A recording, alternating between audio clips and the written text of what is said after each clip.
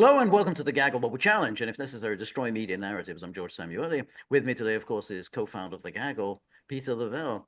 So, Peter, we thought that we'd seen the last of Salome Zourabichvili, the French woman posing as a Georgian, and the French woman posing as the president of Georgia, because we thought, oh, well, that's it. Her term in office has come to an end, but apparently she's still got a few days left to run if her presidency. She's, of course, already announced that she's not leaving. She's going to stay in the presidential palace, even though her term in office comes to an end on December 30. And so now what she's doing is that she's going on this goodwill or ill will tour of, of countries in Europe, begging them to please impose sanctions on Georgia, Oh, the country that she also purports to be the president of, and intends to stay a president, even though she's her term has come to an end. She said, "Oh, well, I'm going to stay as president, and you have to do something about this. You have to really hit this my country really hard." So she went to the European Parliament this week, and with a view to making these demands, which and this is and this was she delivered her tome in French. that's, yeah. This is from Jam News, which is one of these strange media organizations based in the Caucasus, but it was set up by the British government and gets most of its funding from the European Endowment for Freedom. No, European Endowment for Democracy. So it's the EU version of the American National Endowment for Democracy. In other words, the EU. So it was first funded by the British government, and then the EU has taken up the slack. So they report this, but they're just simply quoting her. But I just want to explain. People ask, what the hell is Jam News? Georgian President Salome Zourabichvili delivered a speech at the European Parliament discussing protests in Georgia and stating that this is a decisive time for the country. Yeah, it's decisive for you to leave. Okay. Exactly. Please. Please leave. I'm staying in the presidential palace. She says, there are days and moments when it feels like we are in 1921 and everything is happening again. Zourabichvili said, referring to the Sovietization of Georgia. This is very odd because I don't know how many people among her audience would know why are you talking about 1921, which is, again, more than 100 years ago. But that was when Georgia was brought in to the nascent state of the Soviet Union. And it became part of this, I think, whatever it was called, Transcaucasian Federation, and it was part of this Transcaucasian Federation with Armenia and Azerbaijan until 1936, when basically that Transcaucasian Federation was broke up into the three Soviet republics. But it were very odd because people say, well, what happened in 1921? But so no, this is what's happening today is what was happening in 1921.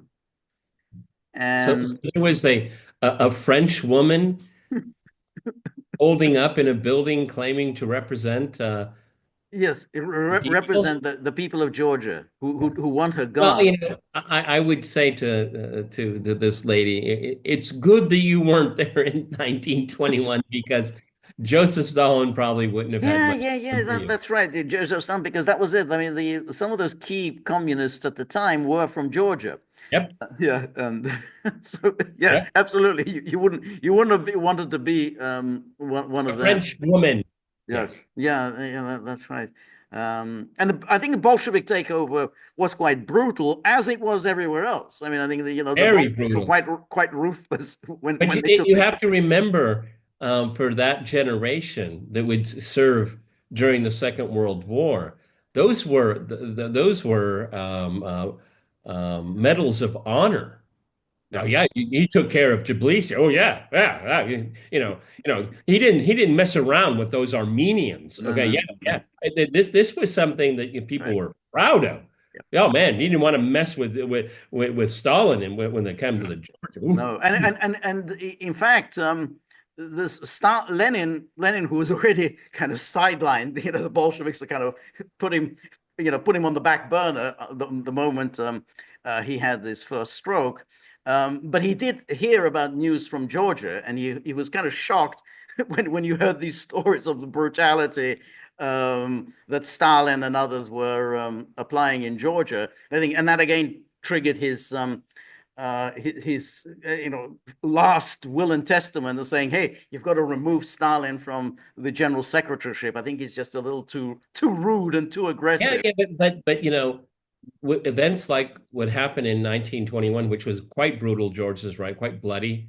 But go to the 1937, 1938, 1939. You want to mess with the guy that that put things in order in Georgia? No, Right.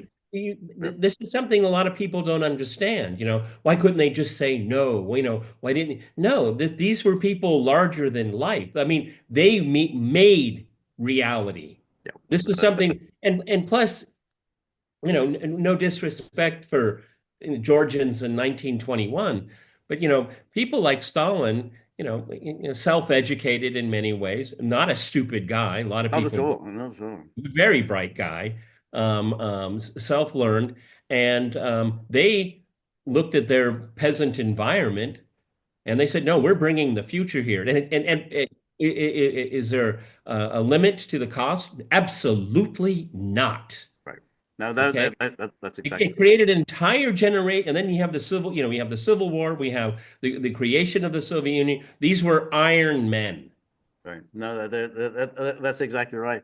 But again, it's always a little puzzling when somebody brings this up. 1921, you go to the European Parliament, and who the hell would I know think what do you want about? two people know what she's talking about. That's right, exactly. But before we go on, I'm sorry, this was a huge diversion.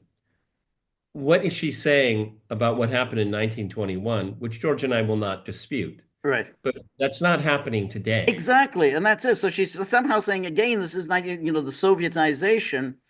But of course, she's talking about what Russia is doing, which again is a very different issue. She's confounding two different issues, which was that the Bolsheviks were absolutely ruthless and part of their agenda for world revolution. And for them, it had nothing to do with Russia. Russia was just happened to be where they Yeah. seized power, but it was nothing to do with Russia. They had no fondness at all for Russia. And if anything, they were extremely dismissive of Russia, Russian Exactly. nationalism. Right. They abhorred it. Okay. Yeah. That's why I have said long, and I know I get a lot of pushback, but the Russian people were the greatest Yeah. That's right. dictator That's Soviet right. Union. That's right. And plus here, referring to the Sovietization of Georgia, what's happening in Georgia is the Georgiaization Right. of Georgia. Right. Yeah, exactly.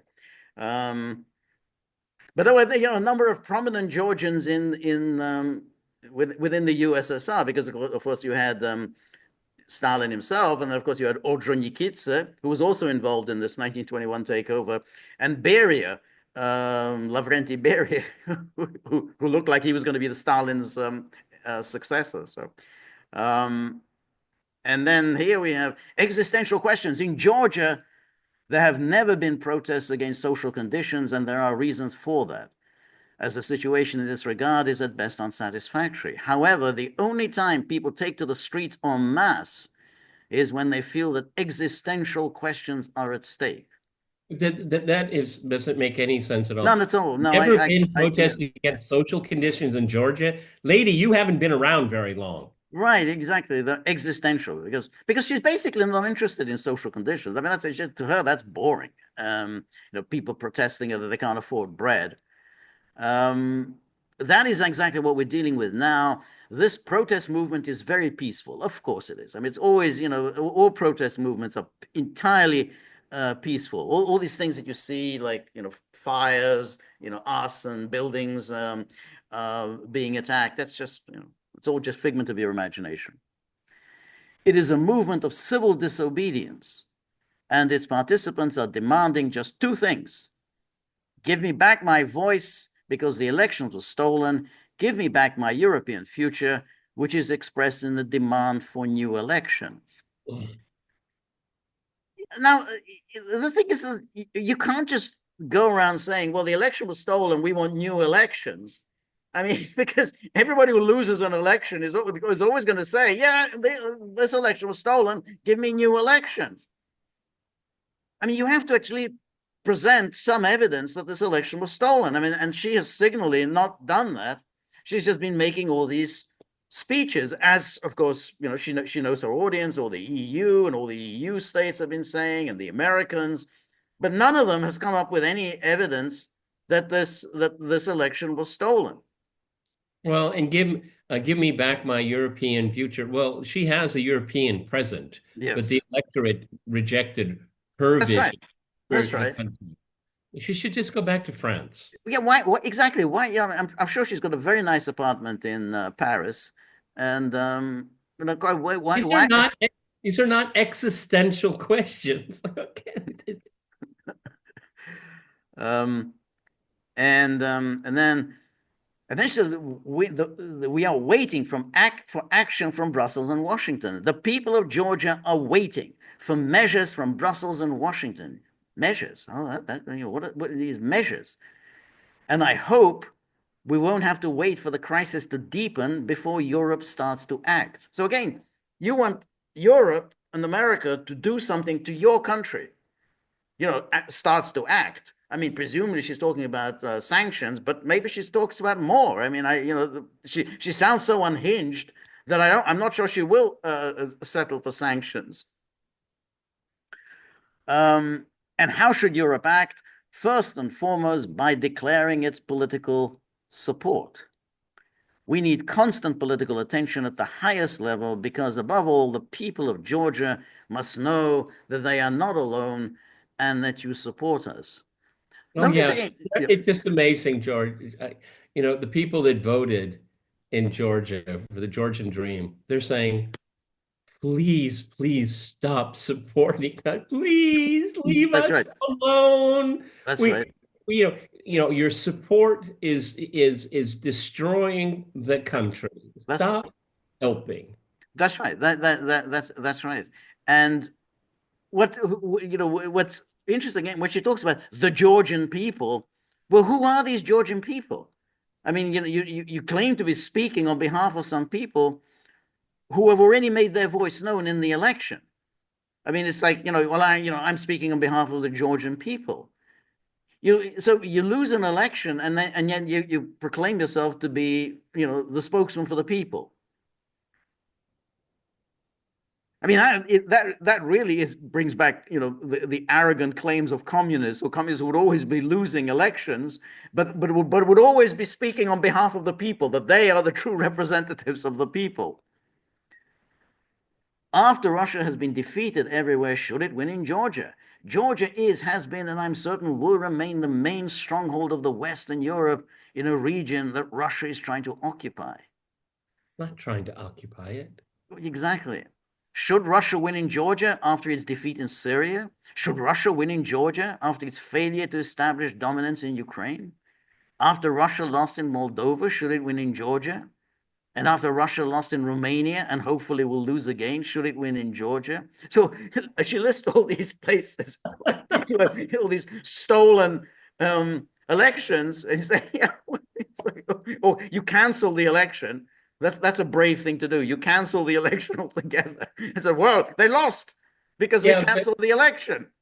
what she's saying here is that she's she knows that she lost this one for the team. Yes. She was supposed to have a mandate. Right. She didn't pull through like Right. everybody else. I mean, she's telling us about her own failure Right. here, and Right. she wants other people to intervene to ameliorate that Yes. failure on her Yes. part.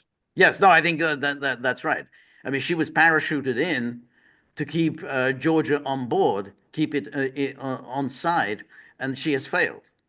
And that But it's means not that her fault. It's not her fault, but it does mean that there's limits for promotion within the system because Yeah, you haven't really delivered for us.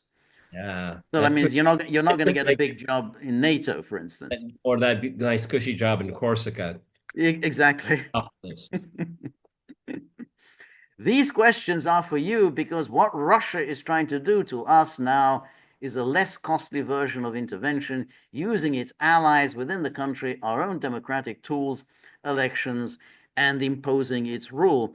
But she does know her audience. I mean, she knows that the only way you can get to these people is by bringing up Russia. You know, Russia, Russia, Russia, Russia. Just keep repeating Russia, and that's what she does these interviews on CNN and NBC and everything. That's what she keeps telling them: Russia, Russia, Russia, and that's all they know. Oh yeah, yeah, yeah, yeah. We have to stop Russia taking over Georgia. Yeah. Yeah, Because if Atlanta falls, Tallahassee's next. right, right. Yeah, that's right. Um, and then she says everything is controlled by one party and one person. After the parliamentary election, we see an intensified and accelerated shift towards Russia. No, there isn't. I just love this. They just hired a football player to become A president football player who had spent almost all of his career in the West, you know, playing in the for Western West. clubs. Uh, the Constitution clearly states that all Georgian institutions must do everything to facilitate the process of Euro Atlantic integration. Yeah, well, maybe that is, but I mean, does the Constitution say the tempo and pace and timelines? Right, Maybe, and exactly. because Georgia Dream basically what they've said, hey, we're taking a breather. Right. We're taking a breather. All right. That's right. That's right. That's exactly right. That's exactly what they're doing. Right. No, exactly. Must do everything to facilitate. No, I mean, you know, in accordance with democratic practice. I mean, you can't just say, well, everything must be done in order to facilitate this. Well, yeah, as long as it's also serving the interests of the people, rather than just some sort of abstract notion, Euro-Atlantic integration, and the hell with everything else. Yet much of this constitution was developed by the same prime minister who violated it by announcing a temporary halt to negotiations on Georgia's EU membership. How is that a violation? Exactly, as a violation, he's just said the EU is using these negotiations to coerce us. You know, it's an extortion tactic. Well, we know. I mean, there's no point in even arguing about this. Of course, they are using these negotiations in order to coerce Georgia and to extort concessions from Georgia. In reality, they halted the path to a European future without any real mandate or right to do so. They just Well, want they an won the election. election. That's your mandate. They won. In Georgia, everything is controlled by one party and one person. What remains outside this control, opposition media, most of which are in a severe financial crisis, a situation also provoked by the authorities. The same threat looms over NGOs due to the foreign agents law passed by Georgian Dream. Now, No, the fact of the matter is that the constraints that the government before the election had against the opposition media were extensive, but they still won the election, even with all of those barriers, all of those pressures. You had NGOs. I mean, you can't even find a table in a cafe in Tbilisi where it isn't just overwhelmed by NGO people. that's right. Okay. They're not threatened at all. It's the NGOs that threaten the state of Georgia. That's it. Exactly. And what's interesting is when she said, "Oh, this threat that looms over NGOs because the foreign agents law, all it asked of these NGOs was to register. If you're getting more than 20% of your funding from abroad, you have to register as a foreign agent. Not that, hey, you have to dissolve yourself. They said, no, you can go on doing what you're doing, but you have to register as a foreign agent, which is Yeah, exactly the law in the United States and everywhere else. you're not Uh, Hunter Biden. You don't get a free pass. right. So, opposition media, most of which are in a severe financial crisis. You mean the money coming from the West isn't enough, that because they're bankrolled by the West. Just like this outlet that we're reading now, this is getting its money from the European Endowment for Democracy. Before that, it was the British government. I mean, these are all these. I mean, they don't have. It's not opposition media if you're bankrolled by foreign governments. I mean, it's obvious. I mean, if you're bankrolled by foreign governments, that means you're serving foreign interests. Um, a Russian path. There are two parts of Georgia. Oh, no, there are no two parts of Georgia. We may be heading towards civil confrontation, but there are no two sides. On one side is the Georgian people, and on the other side is the repressive apparatus of power. Yeah, which you were president of. Exactly. Which you were I president mean, of. I mean, she talks like she somehow had no part in all of this. I mean, you've been president for whatever, for 4 or 5 years. I want to say that Georgia's ruling party has taken a clearly defined course towards Russia. No, it hasn't. It It, hasn't. Again, where's your evidence for that? I don't see, them trooping off to Moscow, or I haven't seen any Russian official arriving in the Tbilisi. only thing that is of any import here is that the Georgian Dream Party wants prosperity for the Georgian people. Right, And because it's a small country, very small population, it has to have trading right, relationships. right, And the most profitable and easiest is with Russia. right. Yeah. But you also have to keep in mind that all these years, Georgia has been run by pro-Western governments, and they haven't done very well for Georgia. I mean, Georgia, in theory, should be quite a prosperous place. I mean, it's a beautiful location. It's on the Black Sea, so you got all of that could be extremely lucrative. And again, rich agricultural soil. I mean, if you haven't really made a lot of money, and you had all these people like Saakashvili and Shevardnadze, no, why are you blaming Russia for this? I mean, Yeah, these are all pro-Western leaders who ran Georgia all these years. the problem is that they're Western patrons of the people that want to go on the Western path. Right, Unfortunately, their patrons have been looking at plans for military bases and right, Russia's right, Georgia's exactly. eventual Right, role in NATO. right. Yeah, I think misplaced priorities, George. Yeah, I absolutely. think I think so. Because why? Because even their supporters choose the European path. 80% of Georgia's population, all public opinion polls and elections since independence have shown these numbers. If the leaders of Georgian Dream want to preserve any part of their dream, they are trying, at least partially, to maintain this hope. I don't follow, I but don't follow it either. And now this other thing is that in Romania, just to show that we're maintaining this commitment to democratic elections in Romania and Georgia and Moldova. So the Romanian president, the one who shouldn't really be president after the cancellation of the election, says, look, Russian election, we know it exists, but it's nearly impossible to prove, which is a very, very interesting ontological argument. You go back to the theologians who were trying to prove the existence of God, and they're finding it very difficult. so the Uh, question is a Russian election meddling sitting in the room right now? exactly. Can you And this is in the Financial Times, and it says here, EU countries are at risk of Russian election meddling that can be nearly impossible to prove. Romania's president has warned weeks after Bucharest cancelled its presidential vote over alleged foreign interference.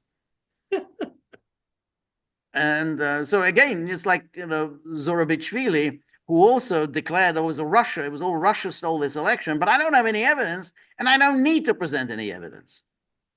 Klaus Johannes said he would tell his EU counterparts at a summit on Thursday that foreign interference posed a threat to all European democracies.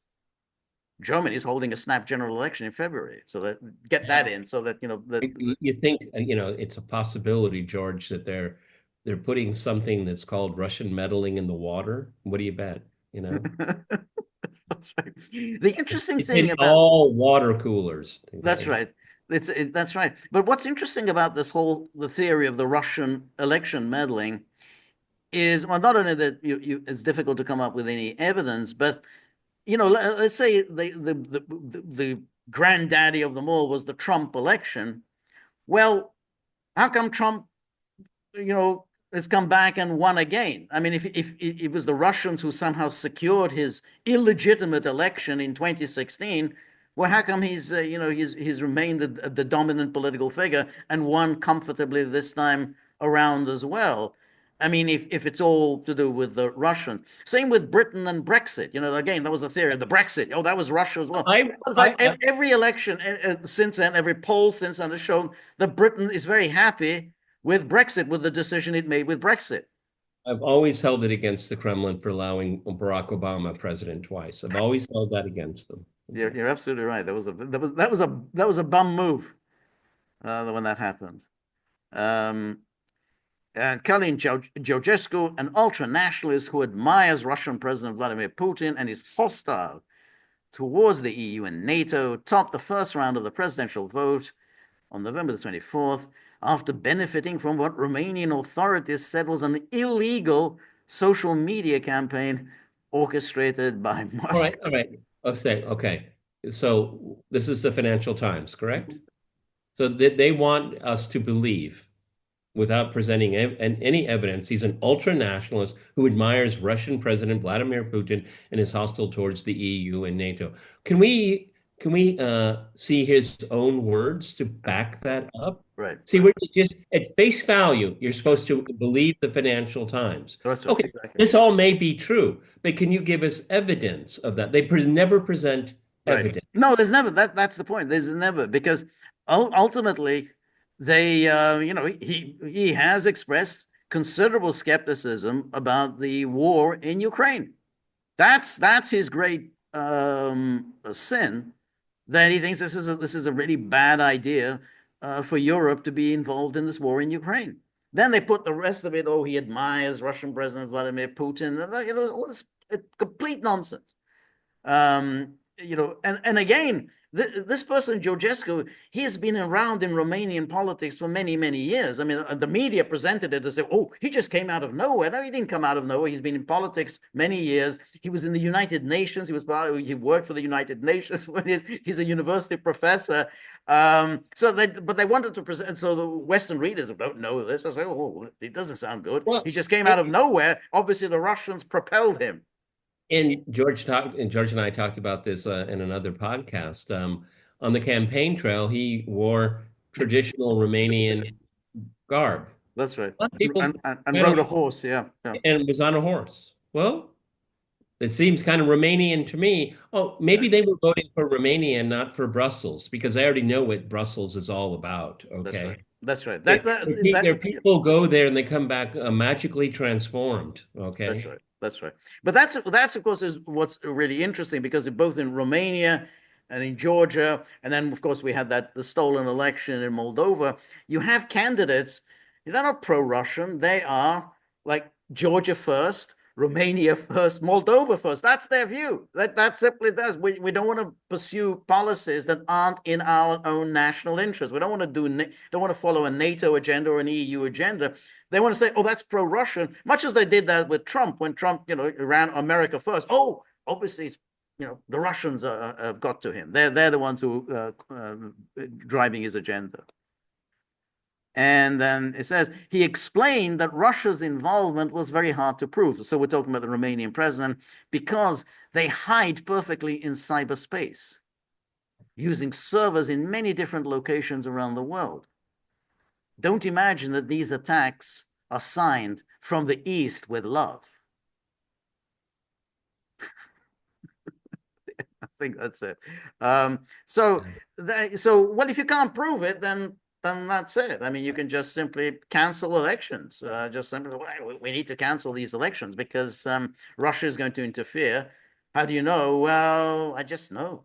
I can't really provide the evidence because the evidence is just so hard to come Well, by. it's But I know interesting. that it's true. The podcast we did before this one, we did Putin's marathon Q&A, and he was very proud of the path that Russia's been on to secure Russia's sovereignty. Now, these opposition or actually people in the Georgia Dream is not an opposition there in leadership, but at Georgia, look at the people in Romania and Moldova. They're talking about sovereignty. Is Right, that inherently pro-Russian? No, right, it's not. right. We're talking about the sovereignty of their country. And George and I have made it clear over and over again in the countries that we've been talking about here, Ukraine plays a critical role in how they see the development of their own countries vis-a-vis Russia and vis-a-vis the West. Of course, they're all presented. They're just peasants, George. You don't know what they're doing. They don't know what they want. That's the Brussels mentality. Very much the. We Yes. have to create the path for them because they don't know better. They don't know what's good for themselves. Oh, It's an arrogant point of view. no question. And I think that in all of these countries that we talk about, they're all actually in that location, in the vicinity of where the war is taking place. So for them, this war is of direct personal interest. Now, the British, who always sound the loudest, banging their fist on the table and so on. Yeah, well, they're far from the action. You can't get any further from the action than the British. So we're going to take on Putin. But they're far from. Same, with Brussels. Brussels, it's a long way from the action. Now, for Romania, Slovakia, Hungary, Georgia, Moldova, they're very close. So if this thing spirals out of control, which it could certainly easily do, they're going to be right in the thick of it. And I think that's what's driving them to say, we got to just get some kind of a peace deal done so that we don't get badly knocked about as a result of this war. No, but no one in Brussels thinking because hey, well, we're far from the action. The British, yeah, we let alone Washington, Lindsey Graham, with all their big talk. So this is an existential matter for these countries, but not in the way that Zourabichvili means. Yep, she let the team down. Right. Okay, wow. Her next promotion. We're gonna have to have a long talk about this, okay? Because it was supposed to be a slam dunk. As Yeah, George you're gonna explained so exactly. many times, Yes, Georgia's very coveted piece of real very estate. very coveted piece of real estate. Yeah, no, I think she was probably thinking in terms of a nice, nice cushy job that will get her her reward for services rendered. You haven't delivered, so she's not gonna get the Well, when cushy job. that ridiculous, insane delivery of that speech there reminds me of the saying, when you're explaining, you're You losing. lose them. No, that's right.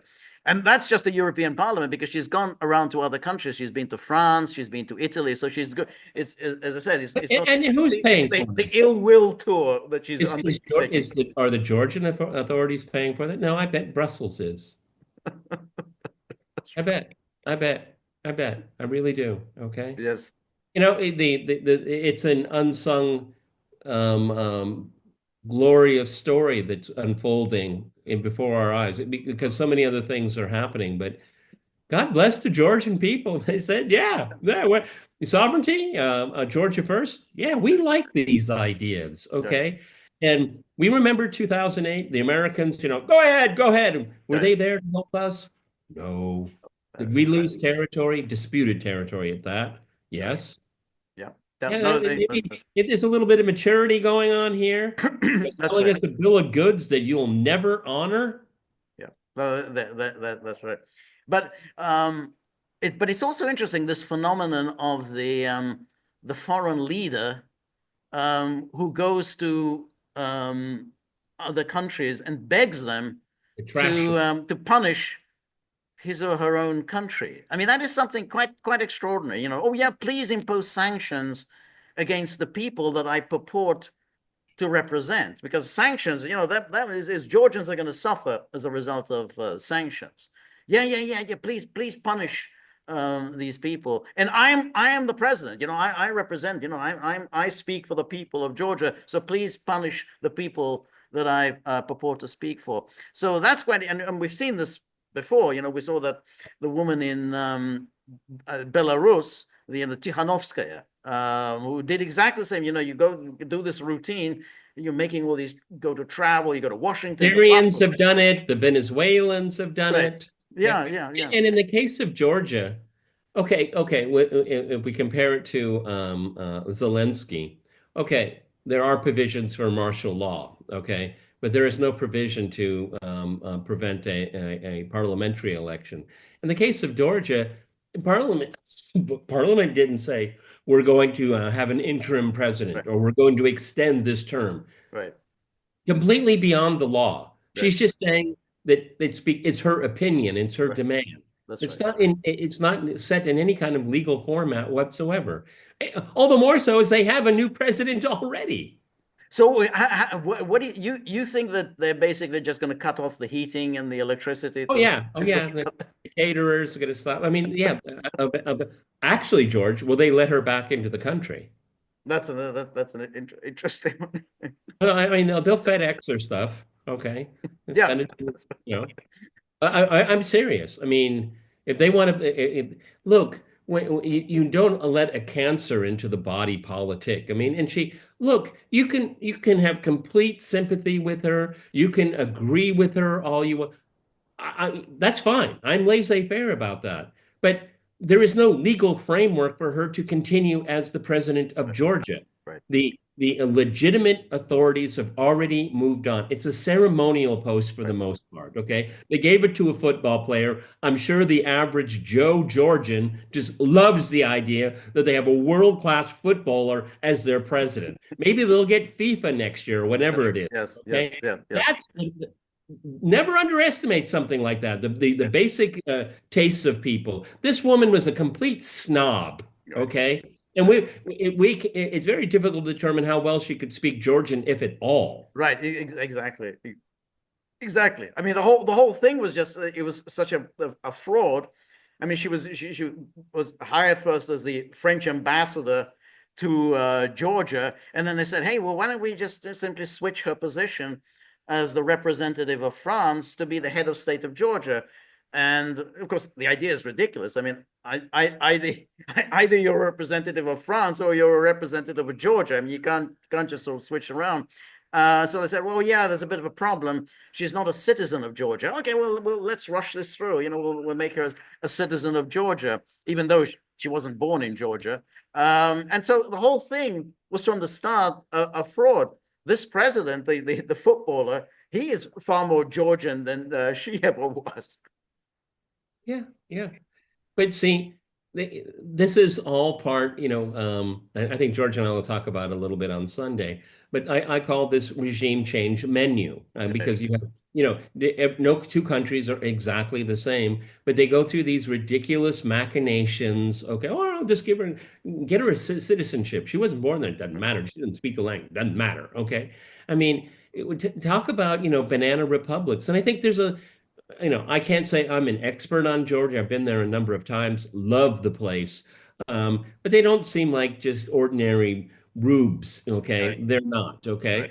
right. I remember I was there. I was part of an RT team, and we went to different places in public and restaurants and cafes, and they'd say, because they'd say, if you work for RT, but you're speaking English, what's going on here? And I would kind of explain what's going on. And they go, oh, great, let's bring more food out. Would I say that they have a love for Russia? No, I wouldn't. Particularly what happened after what happened in 2008. No. Do they hate Russians? Some do. Most are like, we're in a neighborhood. We got to get along. That's how we've done it for hundreds of years. We just all have to get along. Romanians, we don't like them much either, but they're Romanian. They're next door. They're Right. it's just that way. It's like, Yeah, yeah, yeah. No, that's exactly right. And the point is that the example of Ukraine is very instructive here because while the Western leaders, like Antony Blinken, said, well, what's going on in Georgia is very reminiscent of what happened in Ukraine in 2014. Yeah, Georgians listen to that. Yeah, it is very reminiscent. Yeah, and we don't want to go down that path. it's like John Bolton saying to the North Koreans, "What about the Libyan solution?" He's like, "Yeah, Yeah, yeah, we that's want right. to know." Yeah. Exactly. It's like, you kind of think, what the hell is Blinken think he's doing by saying them? Yeah, you're absolutely right. It is reminiscent of 2014, and we definitely don't want this in our country. So, as you said, good for the Georgians. I mean, it looks like they're going to absolutely hold firm. I didn't think they would. I didn't think that, but on the foreign agents law, I didn't think they would hold Go firm, but they back, did go hold back. firm. Go back a few months. It was touch and go. We were Right. both very, I think our natural disposition is to be pessimistic, Yes, exactly. unfortunately. I'm sorry, Yeah, everybody. But we thought that there was a ray of hope. And the Georgians are overachieving yeah, what we could have ever expected. And I think, and now this will be optimistic, it's a demonstration effect. Yeah, okay, the leaders of the Georgian Dream Party, they can't visit Brussels. Boo hoo. yeah, Okay, yeah. you can't visit Washington on the next junket. We'll find other people. Right, Okay, they've seen this. I've seen it with my own eyes. I've seen it with UNESCO. I've seen it with the OSCE. When you have the stooges from the Caucasus and the stooges from the Baltics and they're just it's embarrassing. People like debase themselves. But no, now I might get that fellowship to yeah, Carnegie, and I Soros guarantees me one trip to America a year, and they openly tell you these things. yes, yeah, yeah. No, They're open about it, okay? And they make sure that you dress. They're all looking around, make sure I'm dressed like everybody else. There's such an insecurity. yeah. And No, then I don't know about you, one thing that really gets on my nerves, Eastern Europeans speaking exaggerated American English. I really, you want to go to drink, get a drink? No, do you want to get a drink? Speak it normally. Speak educated. right, Don't do this, slangy, okay? Because it's it's not classy. right. Okay. Yeah, yeah, no, that's right. But I think the Georgians are very well aware of exactly how EU and NATO operate. So, I mean, they can look for themselves. Hey, there was an election supposed to take place in Romania, and it was just cancelled at the last minute because the wrong man was going to win. I mean, so you think, is that what we want here? Where elections are just going to get cancelled because the wrong party is on the brink of winning? Well, that's the plan. So I say, well, we don't want to go there. I mean, and that has to be that's the application of sort of experience Yeah, to practical affairs. because George, if you do go there, then what's the next step? Yeah, When do you stop? At what point do you say, I'm not giving up any more ground? right, Okay, right, no more. And the yeah, Georgians did it. And then absolutely wonderful observation. Then they turn around and say, see what they did in Romania. right. Exactly, and that's the plan here. Next time there's the election threatens to go the wrong way, Georgian Dream threatens to win, they'll cancel the election here. I mean that's what Zourabichvili clearly intends on. So yeah, we just don't want this here. So um, it's Do looking you like think she even lived in Georgia when she was president? that's a good question. I don't know. I don't know. Look, everybody. I mean, again, I don't want to dump on Georgia because I really like the place. Okay, it's so scenic and it's beautiful. It's a bit rustic. It's beautiful mountains and hills and all, untouched in many ways. But I mean, if you're kind of a Brussels, Paris socialite, Tbilisi gets old after like 2 hours. Okay. I wouldn't have thought she'd spend too much time there. I mean, it's a ceremonial position, so you don't really have to be there a lot of the time. I mean, they don't need you there. So you probably come in, the few days a year when you have to perform some ceremonial functions. I would have thought she probably lived in Paris most of the time. I mean, it's like as you say. I mean, if she's never lived in Georgia, never been part of the Georgian culture, why should she want to spend a lot of time there? I mean, rather than enjoying the fine dining of the Paris bistro. So yeah, I wouldn't have thought so. Could you imagine, that bistro say, like one of their advertising, do you know that the Georgian president has dinner here every night? This, Or whoa, who wow. knows? Who knows? You get, for 100 euros, we'll get you a photo Is op that, with is that, yes, yes. that. Georgia. See that table over there on the left? That's her table. She's here every night. She's the president of Georgia. Did you know that? I Yeah, wouldn't be surprised. Okay. no, I think yeah, that's a very good point. I'm sure that's a big selling point for a number of the bistros. The Boulevard Saint-Germain. Yeah, well, the president of Georgia dines here regularly. Oh, Wow. but that's so reminiscent. It's just like this is the president in exile from Yeah, Turkmenistan. He that's has, right. Exactly. and then we have the Caucasian ex-president. These exotic places. Yeah, no, that's right. Well, And they still wear the regalia and like I'm in exile. yes, Okay. that's right. Hey, Yeah. she'll be in an interesting situation because she'll be like an exiled person in her own country that she's Yes. Yeah, no, exiled in her own country. But you have to wonder also whether is she going to get a pension? I mean, I wouldn't thought that Georgian pensions are particularly lucrative. But I wonder whether they'll give her a pension. In which case, she'll be dining in the Parisian bistros on her French pension, which can take you so far. So I don't know, but I doubt whether she's going to get very much from Georgia to pay for her meals. I think that they might say we'll FedEx yourself, but you're going to have to pick up the tab. I Okay. think so. No, No, okay, here we go. Here's the challenge, gaggle challenge. Will they let her back into Georgia? We'll see. that's a good. I think yeah, I hadn't thought of that. It's a very good question. I certainly wouldn't. I would. I'd say Well, I no. mean, she's essentially an insurrectionist. She's an insurrectionist.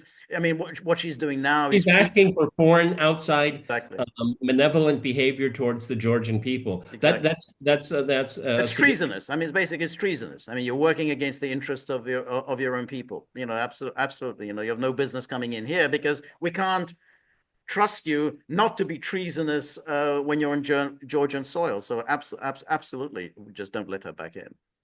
yeah, yeah, Yeah. rejected. Boom. Exactly. All right, everybody, we're going to keep up with the Georgia saga because I love this story here. Because George and I are basically proven ourselves essentially right, that this is the arc of history is bending in the way it should, against all the odds, against all of the odds. That's true. This is really a David and Goliath story, and that's why I love this story. Okay, because the French colonialists are being pushed back. They're being thrown out of Africa and they're being thrown out of Georgia. And making the analogy to 1921, just so much dishonesty and lack of knowledge. My God, my God. Anyway, I could go on criticizing. This is the Gaggle with Peter and George. We're on Locals, so please go to thegaggle.locals.com. The boys know I'm finished here. We reconvene on Sunday a couple times. And then right. on and Monday. then live stream Monday 10 a.m. Eastern time. So please join us, but always keep front and center the situation with the dogs because they're getting very, very angry. This cold weather does not agree with them, and then when they look at the tip jar, that just drives them over the edge. So if you have a few bob in your pocket, whip them out, dunk them in the tip jar. Any few bob lying around behind the sofa cushion, into the tip jar. We're very grateful for all of your help, friendship, and support. The more you're able to donate, the more of these videos we can make, the more we can improve on the technology. And above all, we're going to be able to guide these hounds through this brutal Moscow winter. So remember, if you like the gaggle, please like, share, and subscribe. See you soon. Bye-bye.